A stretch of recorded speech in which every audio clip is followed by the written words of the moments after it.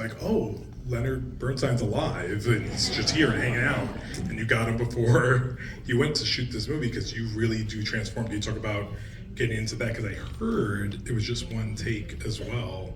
Can you talk about getting into that mode? Thanks for saying that. And that is actually how it felt.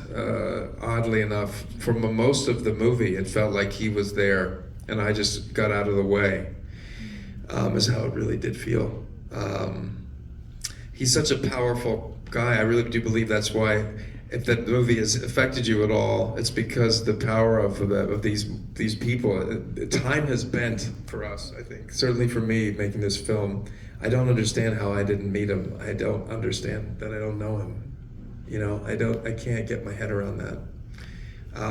And that conducting scene was something that I found in research. It's on YouTube. You can see it if you Google, if you YouTube Bernstein, Mahler 2, Ely Cathedral, it'll come up, and it's the end of the Resurrection, the Mahler Second Symphony, and it was the most incredible piece of music I'd ever heard, and I couldn't believe that it was never in a film, and I don't think it's ever been used in a movie, which I don't understand. Maybe Mahler and Lenny were waiting for this. I don't know, it's crazy, because it's just the most incredible, I was just floored, and I would play it for everybody I knew. I would say, have you seen this? Like all the time. And I said, well, we have to do that. This has to represent something in the movie. I don't know what. And then finally, because everything has to be done to story, it was like, oh, it's the moment where we realize why she was with him and that there is no hate in his heart. It's the reaction of the fight scene, the Snoopy scene. And it's almost kind of the moment where they both kind of fall in love with each other in a more true way, I think. I didn't know that when we were shooting it, but watching it, I feel that way. That's the beautiful thing about art, too. It sort of tells you what it is after you've made it. Anyway, sorry.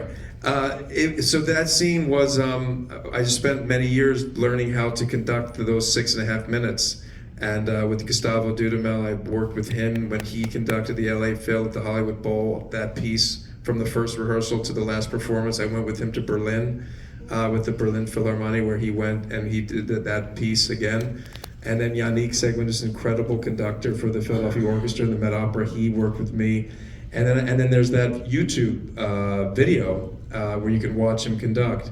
And then so we then went and did it. We went to the place, to Ely Cathedral, where he did it. We asked the London Symphony Orchestra to come and the chorus, and then I took a shot and tried to conduct that piece of music and put it on film. And I messed it up the whole first day, truly fucked up every take. And it was crazy, horrible. And I was like, wow, this is the moment where like your life ends. And it's like, you're like, this is the thing that people talk about, the moment where the person cracked. And then I woke up the next morning and I thought, oh my gosh, like this is uh-oh. But I told Netflix to trust me, they shouldn't have.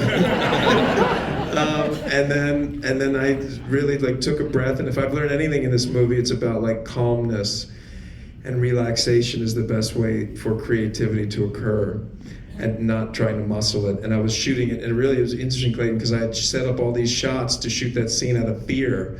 Most of the movie is very simple, not simple, but very specific camera movements and compositions. There's no coverage that's on the cutting room floor of scenes, and that was one scene that I had 3 cameras at once in the cable cam, and it was all done out of fear that I thought I would actually not be able to conduct it.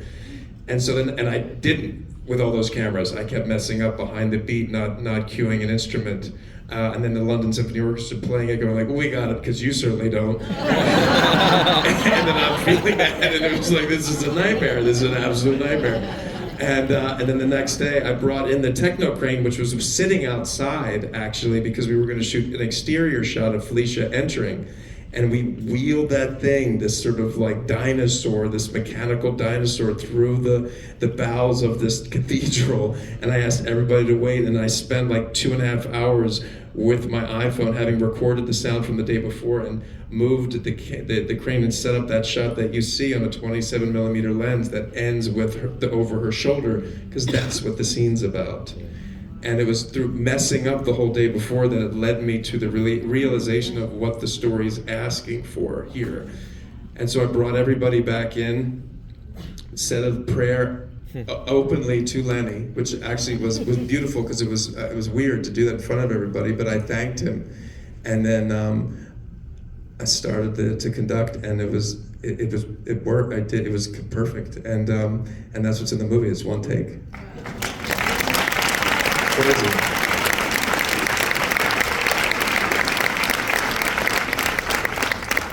Now all of you go do that now. All right. My question for the other actors.